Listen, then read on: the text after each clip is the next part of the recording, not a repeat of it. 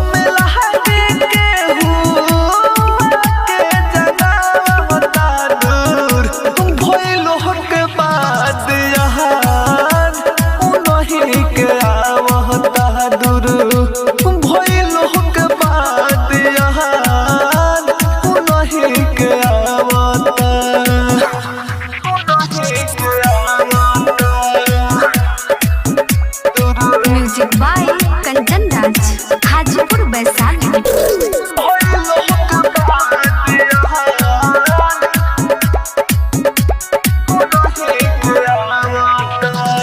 ना जाने कोई सन प्यार का जादू कोई नहस है नस में हमारे होवे है दिलवा है अमुना रोहे हमारा बस में ना जाने कोई सन प्यार के जादू कोई नहस है नस में हमारे होवे है दिलवा है अमुना रोहे हमारा बस में उनका सिवा ना दूजा के हो भाता उनका सिवा ना दूजा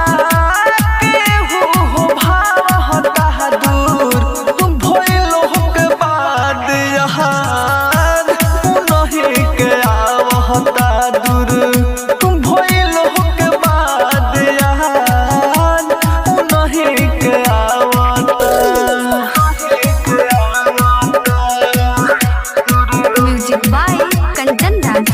हाजीपुर वैशाली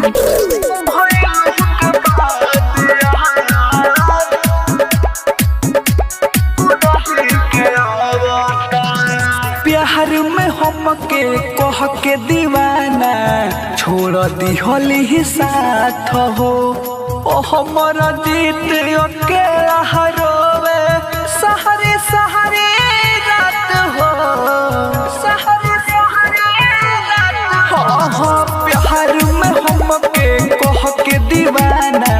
छोड़ दिहली ही साथ हो ओ हमर